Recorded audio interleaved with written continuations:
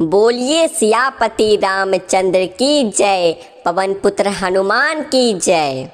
दोस्तों, आप सभी को आज मैं ऐसा उपाय, ऐसा रास्ता बताने जा रहा हूँ जिसे करने से निश्चित रूप से धन की प्राप्ति होने लगती है। जीवन आज के दौर में अत्यधिक कठिन होता है। यहाँ पग पग पर धन की आवश्यकता रहती है, समाज में भी और पारिवारिक जीवन में भी, यहाँ तक कि संन्यास जीवन में भी धन की आवश्यकता पड़ती है। धन के बिना ना तो मठ आश्रम चल सकते हैं, ना ही प्रचार प्रसार, हवन और यज्ञ किए जा सकते हैं। आज मैं आपको लक्ष्मी प्राप्ति के स्वर्णिम 20 सूत्र बताता हूँ, पर इससे पहले आप वीडियो को लाइक कर दीजिए, शेयर कर लीजिए और चैनल को सब्सक्राइब भी कर दीजिए। दोस्तों, जीवन में सफल रहना है या लक्ष्मी को स्थापित करना है तो प्रत्येक दशा में सर्वप्रथम दरिद्रता विनाशक प्रयोग करना होगा। यह सत्य है कि लक्ष्मी धनदात्री है, वैभव प्रदायक है, लेकिन दरिद्रता जीवन की एक अलग स्थिति होती है। इस स्थिति का विनाश अलग ढंग से सर्वप्रथम करना होता है। लक्ष्मी का एक विशिष्ट स्वरूप है बीज लक्ष्मी। एक वृक्ष की ही भांति एक छोटे से बीज में सिमट जाता है लक्ष्मी का विशाल स्वरूप।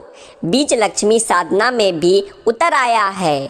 भगवती महालक्ष्मी के पूर्ण स्वरूप के साथ साथ जीवन में उन्नति का रहस्य दक्षिणी समुद्र तन्या है। समुद्र से उत्पत्ति है उनकी और समुद्र से प्राप्त विविध रत्न सहोदर हैं उनके।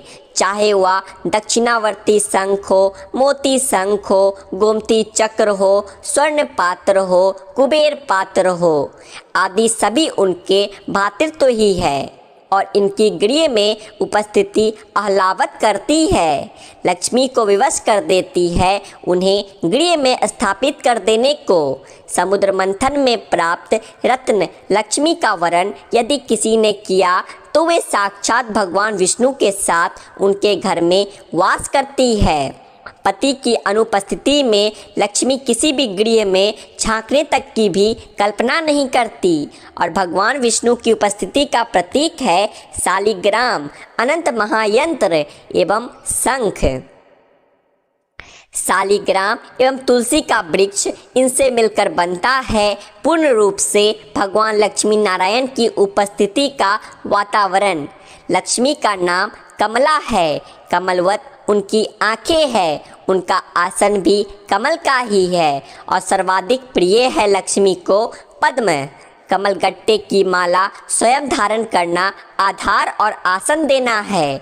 लक्ष्मी को अपने शरीर में अपना प्रभाव समाहित करने के लिए लक्ष्मी की पूर्णता होती है।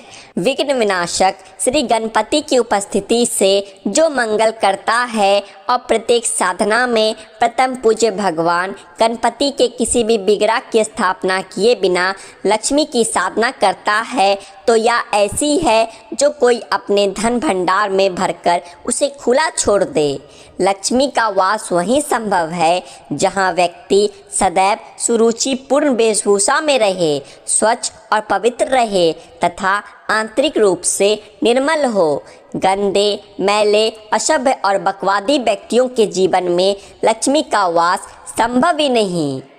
लक्ष्मी का आगमन होता है जहाँ पौरुष हो, जहाँ उद्यम हो, जहाँ गतिशीलता हो। उद्यम व्यक्तित्व ही प्रतिरूप होता है भगवान श्री नारायण का, जो प्रत्येक क्षण गतिशील है, पालन में संलग्न है। ऐसे ही व्यक्तियों के जीवन में लक्ष्मी गृह लक्ष्मी बनकर, संतान लक्ष्मी बनकर आयु, यश, श्री कई रूपों में प्रकट होती है। जो साधक गृहस्थ हैं उन्हें अपने जीवन में हवन को महत्वपूर्ण स्थान देना चाहिए और प्रत्येक माँ कमल गट्टे का बीज और शुद्ध घृत के द्वारा आहुति प्रदान करना फलदायक होता है। अपने दैनिक जीवन क्रम में नित्य महालक्ष्मी की किसी ऐसी साधना विधि को सम्मिलित करना है जो आपके अनुकूल हो और यदि इस विषय में निर्णय और निर्णय की स्थिति हो तो नित्य प्रति सूर्योदय काल में निम्न मंत्र की एक माला का मंत्र जप कमलगट्टे की माला से अवश्य करना चाहिए। मंत्र है ओम श्रीं श्रीं कमलालय प्रसीद प्रसीद मम गृहे आगच्छ आगच्छ महालक्ष्मै नमः। इस लक्ष्मी साधना को अपने जीवन में अपनाएं और उसे किसी मंत्र से संपन्न करें। इसका उचित ज्ञान तो केवल आपके गुरुदेव के पास ही है और योग देव अपने शिष्य की याचना पर उसे लक्ष्मी दीक्षा से विभूषित कर वह गृह साधना पद्धति स्पष्ट करते हैं जो संपूर्ण रूप से उसके संस्कारों के अनुकूल हो।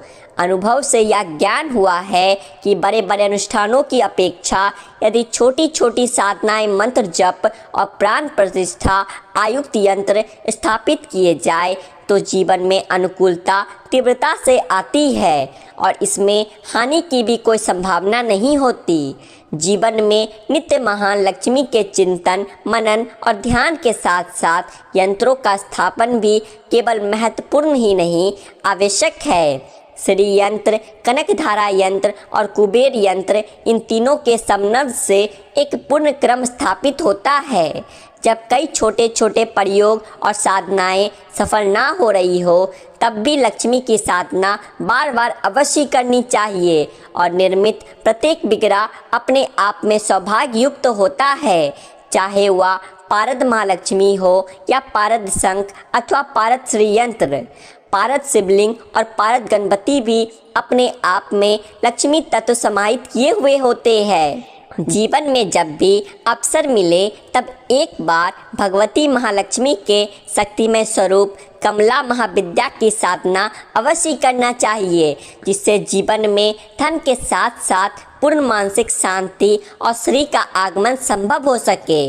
धन का अभाव चिंताजनक स्थिति में पहुंच जाए और लेन देन के तानों और उल्हानों से जीना मुश्किल हो जाता है, तब श्री विद्या महाविद्या साधना करना ही एकमात्र उपाय शेष रह जाता है। जब सभी प्रयोग असफल हो जाए तब अघोर विधि से लक्ष्मी प्राप्ति का उपाय ही अंतिम मार्ग शेष रह जाता है, लेकिन इस विषय में एक निश्चित क्रम अपनाना पड़ता है।